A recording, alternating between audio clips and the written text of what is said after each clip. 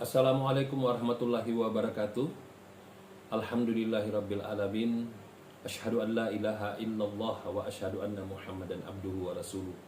Allahumma shalli wa sallim ala Muhammad wa ala alihi wa ashabihi ajmain. Saya Abdul Halim Escape MKes, dosen tetap yayasan pada program studi Diploma 3 Keperawatan Fakultas Kedokteran dan Ilmu Kesehatan Universitas Muhammadiyah Makassar dengan NIDN 0906097201. Sebagai dosen di Prodi D3 Keperawatan, saya mengajarkan beberapa mata kuliah, yaitu keperawatan keluarga, farmakologi keperawatan, keperawatan jiwa, dan komunikasi keperawatan. Di kesempatan ini, saya akan mendeskripsikan salah satunya, yaitu mata kuliah keperawatan jiwa, dengan kode mata kuliah MKKK 19.11E, di mana mata kuliah ini saya ajarkan pada semester 4. Adapun deskripsi mata kuliah ini yang tertuang di dalam rencana pembelajaran semester atau RPS adalah merupakan mata kuliah wajib yang harus diambil oleh mahasiswa dengan bobot 3 SKS. Melalui mata kuliah ini, mahasiswa dibekali untuk mampu memahami tentang keperawatan jiwa, mampu menjelaskan dan menerapkan asuhan keperawatan jiwa serta aspek nilai-nilai Islami, mampu mendemonstrasikan prosedur pengkajian kesehatan jiwa individu dan keluarga, dan mampu mendemonstrasikan tindakan keperawatan jiwa. Mata kuliah ini diajarkan oleh 2 orang dosen yang tergabung dalam satu tim teaching dengan total pertemuan 16 kali. Untuk saya sendiri membawakan materi pertemuan pertama hingga pertemuan ke-7, yaitu konsep dasar keperawatan jiwa, tren dan isu keperawatan jiwa, serta peran dan fungsi perawat jiwa. Yang kedua adalah aplikasi model konseptual keperawatan jiwa. Yang ketiga, terapi modalitas dalam asuhan keperawatan jiwa. Yang keempat, terapi aktivitas kelompok dalam asuhan keperawatan jiwa dan konsep psikofarmaka.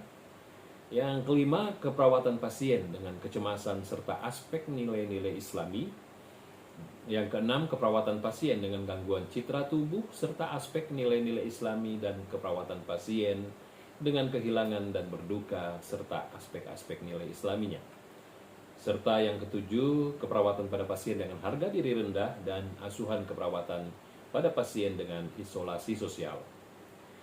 Untuk proses pembelajaran pada mata kuliah keperawatan jiwa dilakukan dengan metode blended learning, yaitu dengan memadukan pembelajaran secara luring dan daring.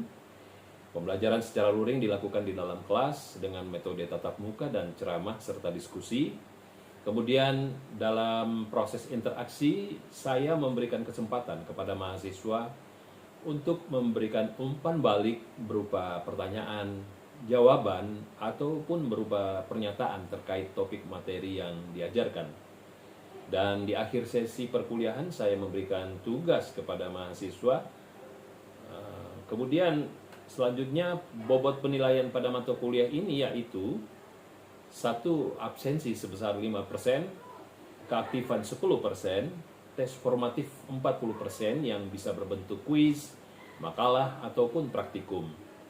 Kemudian ujian tengah semester 20%, dan untuk ujian akhir semester bobotnya sebesar 25%. Kemudian untuk pembelajaran secara daring dilakukan dengan bantuan aplikasi seperti misalnya melalui Zoom Meeting, Google Meet, ataupun Google Classroom. Baiklah, berikut saya akan memperlihatkan video pengajaran saya pada mata kuliah keperawatan jiwa. Bismillahirrahmanirrahim. Assalamualaikum warahmatullahi wabarakatuh. Waalaikumsalam warahmatullahi wabarakatuh. Luar biasa. Tepuk tangan dulu deh. Bisa salamnya ya. Alhamdulillah, berarti semua sehat walafiat, penuh semangat ya, dan tergambar dari wajahnya semua ceria hari ini ya. Alhamdulillah, berarti masalah-masalah yang ada di depan ini mampu untuk kita hadapi. Baik, Ananda semua, senang sekali pada kesempatan pagi hari ini kita bisa berjumpa di kelas ini. Setelah sekian lama kita tidak berjumpa, kita bersua di salah satu mata kuliah yang akan Anda semua pelajari, yaitu mata kuliah keperawatan jiwa. Ya, nah alhamdulillah, mari bersama-sama sebelum kita melanjutkan memulai perkuliahan ini, kita bersama-sama untuk membaca doa Quran Surah Al-Fatihah, kemudian nanti dilanjutkan dengan dipimpin doa belajar oleh salah satu teman sekalian. Baik, mari kita mulai. Bapak pimpin dulu dengan Surah Al-Fatihah untuk membuka ini. Mari kita mulai. Bismillahirrahmanirrahim. Alhamdulillahirabbil alamin. Arrahmanirrahim. Maliki yaumiddin. Iyyaka na'budu wa iyyaka nasta'in. Ihdinas siratal mustaqim. Siratal ladzina an'amta 'alaihim ghairil maghdubi 'alaihim waladdallin. Amin. Bismillahirrahmanirrahim. Rabbi zidni ilman warzuqni fahman waj'alni minas sholihin. Ya Allah, tambahkanlah aku ilmu dan berilah aku pemahaman agar dapat memahaminya, dan jadikanlah aku termasuk golongan orang-orang yang saleh. Amin. Ya Allah. Baik, terima kasih. Alhamdulillahirabbil alamin. Hamdan na'imin hamdan syakirin hamdan yuwafi ni'amahu wa yukafi mazidah. Ya Rabbana lakal hamd kama yanbaghi li jalali wajhikal karimi wa 'azimi sultani. Allahumma salli wa sallim ala Muhammad wa ala alihi wa ashabihi ajma'in. Anda semua, jadi sebagaimana yang Bapak sampaikan di awal tadi, bahwa pada kesempatan ini kita akan belajar mata kuliah keperawatan jiwa, ya. Nah, tentu pada pertemuan pertama ini kita akan awali dengan kontrak kuliah dulu, ya. Kontrak kuliah ini adalah merupakan saluran dari RPS atau kuliah keperawatan jiwa yang Bapak sudah bagikan di grup. Sudah lihat grupnya semua, ya? Sudah. Kemarin kita sudah berkoordinasi dengan ketua tingkat dan sipennya untuk membuka grup mata kuliah keperawatan jiwa ini. Dan di situ Bapak sudah posting RPS dari mata kuliah keperawatan jiwa ini, ya. Dan untuk rangkumannya kita lihat dari kontrak kuliah yang Bapak tampilkan ini. Untuk mata kuliah keperawatan jiwa ini ada tim teachingnya, yaitu diketuai oleh Ibu Andi Nur Anna AS SKM dan Bapak sendiri selaku anggota, yaitu Bapak Abdul Halim SKM, ya. Selanjutnya untuk jadwal kuliah kita, sebagaimana yang telah terjadwal itu hari Selasa mulai dari jam 8 sampai jam 17.30 waktu Indonesia Tengah. Ini cukup panjang sehingga nanti kita akan tentu melakukan berbagai macam metode pengajaran yang ada sebagaimana yang menjadi panduan pada RPS yang ada. Kemudian perkuliahan kita akan lakukan secara online dan offline. Online kita kenal dengan istilah daring, ya, daring, dan offline dikenal dengan istilah luring, daring dan luring. Nah, tentu secara online kita bisa memanfaatkan beberapa media aplikasi yang ada, seperti misalnya dengan WhatsApp, ya, seperti yang kita lakukan untuk proses absensi. Sebentar, Anda semua bisa melakukan proses absensi untuk hari ini melalui grup WhatsApp. Kemudian Zoom meeting, kita bisa juga menggunakan Google Meeting ataupun Google Classroom, ya, untuk interaksi dari pelaksanaan tugas-tugas. Ada absensi yang sudah tadi Bapak sampaikan, sudah yang saluran media yang kita gunakan maupun juga via link yang barangkali nanti akan kita bagikan. Dan pada perkuliahan kita ini, toleransi absensi untuk Ananda yang mungkin mengalami hambatan-hambatan di jalan untuk hadir di kelas, itu toleransinya paling lambat 10 menit. Bisa disepakati? Bisa. Alhamdulillah, ya. Kita berlanjut bahwa mata kuliah keperawatan jiwa ini jumlah SKS-nya ada 3 dengan pembagian 2 teori dan 1 praktikum, ya. Nah, 1 praktikum ini nanti Anda akan lalu jalani dengan praktek klinik keperawatan di lahan rumah sakit jiwa. Kemudian dari kalender akademik, maka perkuliahan kita akan jalani mulai hari ini tanggal 4 Maret hingga 11 Mei 2024 nanti. Kemudian dilaksanakan ujian tengah semester pada kisaran tanggal 1 April sampai 6 April 2024. Kemudian ujian akhir semester 13 Mei sampai 18 Mei 2024, dan kemungkinan akan diberikan juga kesempatan remedial bagi yang nilainya kurang pada tanggal 20 Mei hingga 25 Mei 2024 ya. Adapun dari sistem penilaian yang Anda bisa lihat juga pada FPS, yaitu absensi 5%, keaktifan 10%, ada tes formatif sebesar 40% yang pembagiannya bisa berbentuk kuis, bisa dari makalah apabila ada diskusi kelompok, kemudian juga dari praktikum yang bisa kita lakukan pada beberapa tindakan-tindakan terapi perawatan jiwa. Kemudian ada UTS ya, untuk ujian tengah semester itu 20%, sedangkan ujian akhir semester 25% ya. Selanjutnya perkuliahan ini kita akan jalani dengan mengkondisikan situasi perkuliahan kita dengan menjalin komunikasi yang terbuka ya. Jadi Anda nanti silakan ada hal-hal yang barangkali ingin diketahui, Anda bisa berkomunikasi secara terbuka baik di dalam kelas maupun di luar kelas ya. Jadi insya Allah kita akan interaktif dalam proses pembelajaran ini. Kemudian mahasiswa tentunya harus berpakaian sopan dan bersikap sewajarnya saat perkuliahan berlangsung. Berdoa dan mengaji sebelum dan sesudah belajar. Jadi sebentar sebelum kita masuk ke materi, nanti akan ada diantaranya yang Bapak persilakan untuk membacakan ayat Quran, kemudian juga kita dengarkan terjemahannya ya. Dan kemudian Ananda perlu memperhatikan dan mengerjakan dengan baik apabila ada tugas-tugas yang diberikan selama proses perkuliahan berlangsung dari pertemuan pertama hingga pertemuan akhir nanti ya. Selanjutnya perkuliahan kita ya namanya juga perawatan jiwa, perkuliahannya serius tapi santai. Jadi bukan hanya saja ya. Kalau serius saja nanti bisa jadi gangguan jiwa juga. Kalau cuma santai saja bisa juga gangguan jiwa.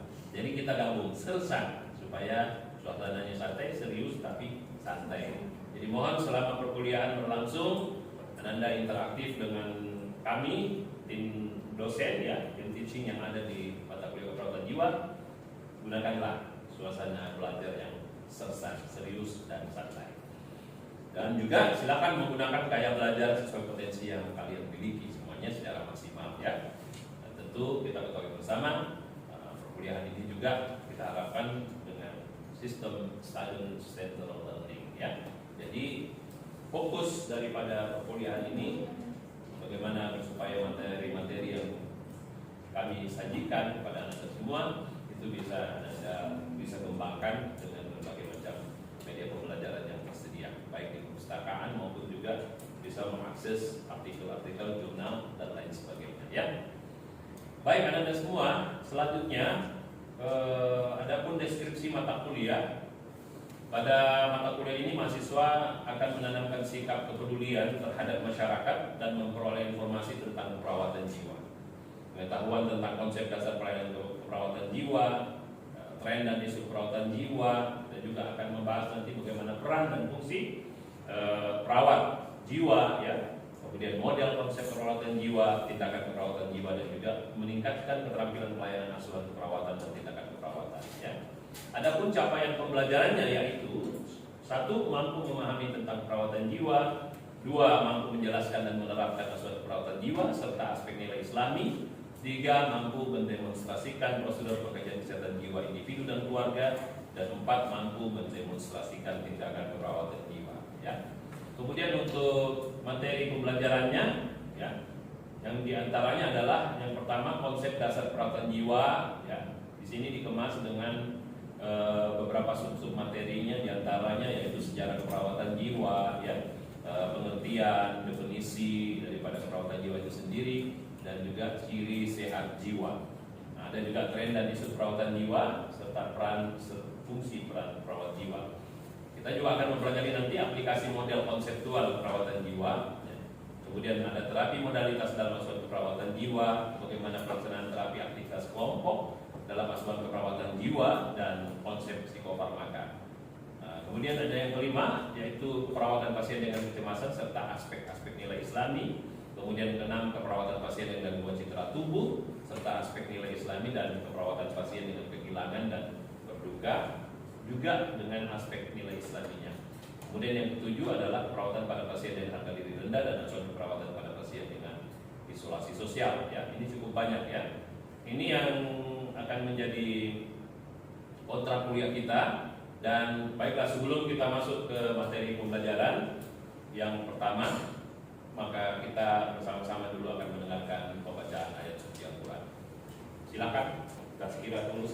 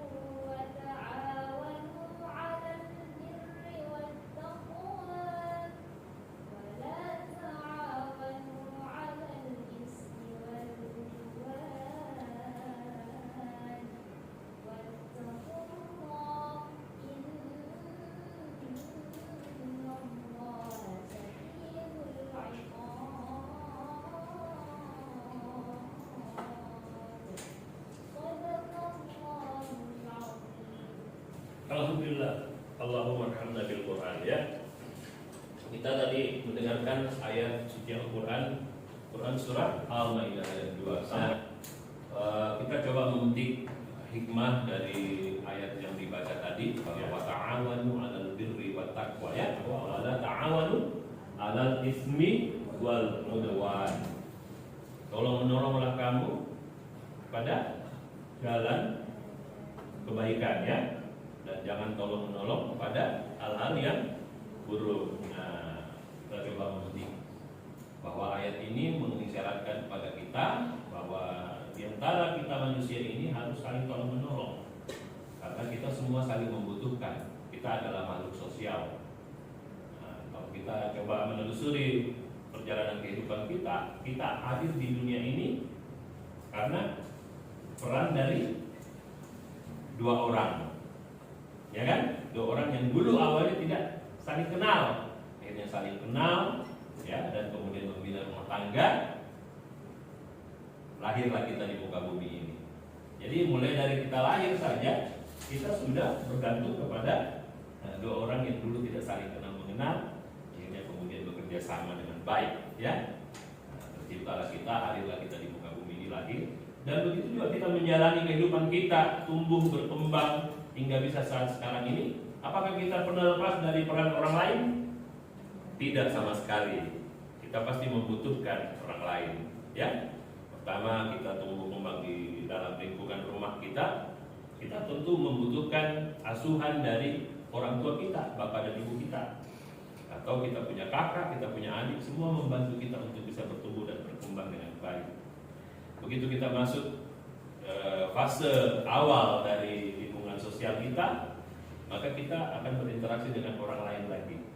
ada kawan-kawan teman-teman main kita supaya kita ya, begitu masuk lingkungan sekolah kita membutuhkan lagi peran dari bapak ibu guru. Nah, begitupun kita menjalani semua proses yang kita jalani hingga sekarang ini. Masuk SMP, SMA, kan semua sudah begitu banyak orang yang kita temui dan kemudian berperan hingga kita bisa menjadi seperti sekarang ini. Nah, itulah yang merupakan konsep tolong menolong. Jadi kalau kita merasa bahwa diri kita bisa hidup secara individual, itu adalah sikap yang salah besar. Betul tidak? Salah besar kalau kita punya prinsip, saya bisa begini karena usaha saya sendiri, saya bisa begini tidak ada campur tangan orang lain. Itu adalah sikap kesombongan seseorang yang nanti suatu saat nanti akan merasakan sendiri akibatnya. Ya. Dan itu merupakan konteks kesehatan jiwa. Orang yang selalu merasa dirinya membutuhkan orang lain adalah orang yang sehat jiwa. Sungguh itu merupakan salah satu ciri daripada kesehatan jiwa. Nanti kita akan bahas sebentar ya. Dan orang yang merasa dirinya bisa hidup sendiri, tidak membutuhkan peran orang lain, bantuan orang lain, itu adalah orang yang sudah mulai terganggu jiwanya ya. Terganggu jiwanya. Jadi kalau terganggu lama-lama jadi penyakit jiwa. Nah, kalau sudah penyakit jiwa itu sudah harus mendapatkan tindakan hospitalisasi ya, atau harus dirawat di rumah sakit jiwa. Nah, ya. Jadi seperti itu konsepnya. Baik, terima kasih. Semoga ayat yang dibacakan tadi dan juga hikmah yang bisa kita petik ini bisa betul-betul memberikan berkah buat kita semua yang telah mendengarkan, terutama juga untuk yang membaca. Ya, jazakallahu khairan katsiran untuk Ananda Tazkirah. Baik Ananda semua, pada pertemuan pertama mata kuliah keperawatan jiwa ini kita akan membahas beberapa subtopik lainnya, yaitu sejarah keperawatan jiwa, kemudian ada konsep keperawatan kesehatan jiwa, kemudian ada paradigma keperawatan jiwa, dilanjutkan dengan falsafah keperawatan jiwa. Kita juga akan menyinggung sedikit terkait dengan tren dan isu keperawatan jiwa di masa sekarang ini. Kemudian bagaimana peran dan fungsi daripada perawat jiwa. Dan baiklah, kita akan masuk untuk mempelajari yang pertama. Nah, terkait dengan sejarah keperawatan jiwa.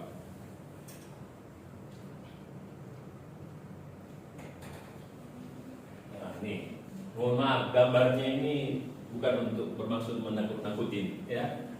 Baik, untuk konsep dasar keperawatan jiwa ini, ya, tentu tujuan pembelajarannya adalah bagaimana mahasiswa mampu menjelaskan konsep dasar kesehatan atau keperawatan jiwa, terkait juga dengan sejarah keperawatan jiwa itu sendiri, tren dan isu keperawatan jiwa, peran dan fungsi perawat jiwa.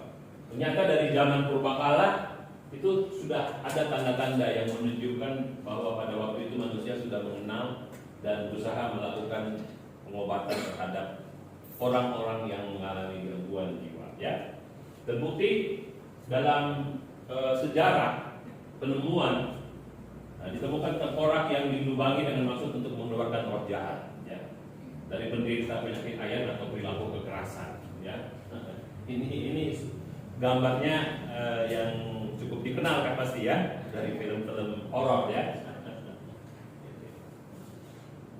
Nah, pada masa dahulu kala, usaha-usaha yang dilakukan dalam usaha pengobatan itu sangat dipengaruhi oleh sistem magic keagamaan.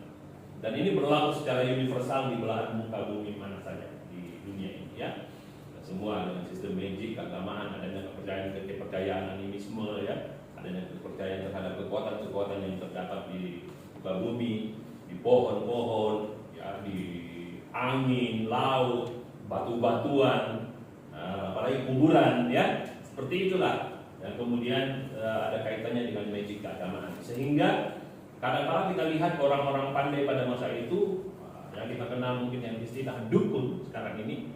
Nah, itu biasanya dengan gayanya sendiri, dengan model pengobatannya yang kemudian menghadirkan seolah-olah mereka punya ilmu dikjaya ya, yang juga kadang-kadang membaca mantra-mantra supaya bisa memanggil roh lah, atau bisa kemudian melakukan pengobatan terhadap orang yang itu yang disebut dengan sistem magic keagamaan. Jadi seolah-olah menghadirkan suasana-suasana mistik, ya, menghadirkan roh-roh gentayangan kata mereka, ya. Nah, seperti itulah sistem magic keagamaan. Sekali lagi ini berlaku universal. Jadi bukan hanya di Indonesia saja kita bisa dapati hal yang seperti ini, tapi hampir di semua belahan dunia. Begitu juga di Yunani dan Roma, ya. Kita bisa baca di buku kedokteran jiwa, di sana ada di ulas terkait dengan sejarah bagaimana penemuan pengobatan atau tindakan terhadap gangguan jiwa. Di Yunani dan Roma digambarkan bahwa penderita gangguan jiwa di sana diikat, dikurung, dipukuli, dikandangin, ya, dicemplungkan ke sungai, bahkan dibiarkan kelaparan. Apakah ini manusiawi? Tidak. Tidak.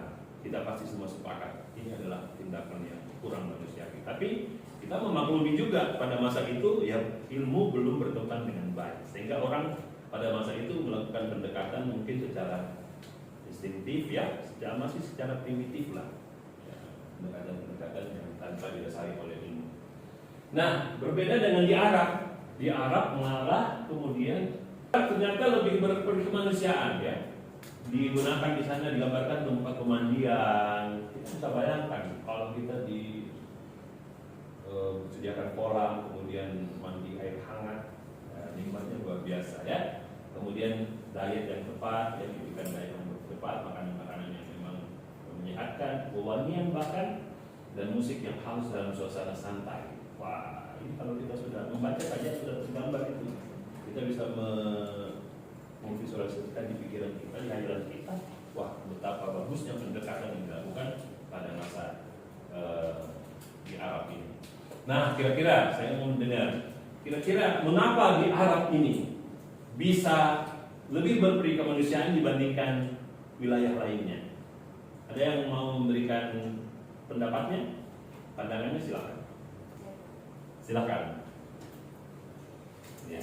Menurut Islam, kenapa di Arab itu lebih humanis? Karena di Arab itu kan sudah berkali sama dengan negara Islam, dan sedangkan Saudi ini bagian Yunani dan Romawi itu belum banyak mengetahui tentang yang Islam tentang untuk memanusiakan manusia sesuai dengan ajaran agama Islam, sehingga mereka itu lebih mengikuti budaya yang sudah diturunkan turun temurun mungkin, sehingga kulturnya selalu begitu. Iya, oke, baik. Sip, tepuk tangan dulu, ya. Ada yang mau memberikan lagi satu orang pandangannya? Silakan. Ya, karena kita kenal, ya, di Arab itu tempat diturunkannya. Iya, di negara Arab itu para nabi, ya, dan rasul. Sehingga mereka sudah melakukan pendekatan-pendekatan. Dulu kita dengar yang namanya pendekatan agama tauhid sebelum Islam dibawa oleh Rasulullah Muhammad SAW, ya. Nah, jadi sudah mulai ada berbagai perbaikan di sana. Meskipun, nah, anda semua, itulah tadi kita sudah membahas terkait sejarah keperawatan jiwa. Pertemuan berikutnya, pertemuan kedua, dan tentu dari pertemuan ini akan ada tugas-tugas yang nanti akan Bapak informasikan melalui grup WhatsApp. Silakan untuk dikerjakan, merupakan tugas individu dan dikerjakan sesuai dengan waktu yang telah ditentukan melalui saluran yang juga Bapak sudah arahkan, ya, untuk pengumpulan tugas-tugasnya. Demikian, lebih kurangnya mohon dimaafkan. Mari bersama-sama kita akhiri pertemuan ini dengan mengucapkan kalimat hamdalah. Nasrun minallah wa fathun qarib wa basyiril mu'minin. Wassalamualaikum warahmatullahi wabarakatuh.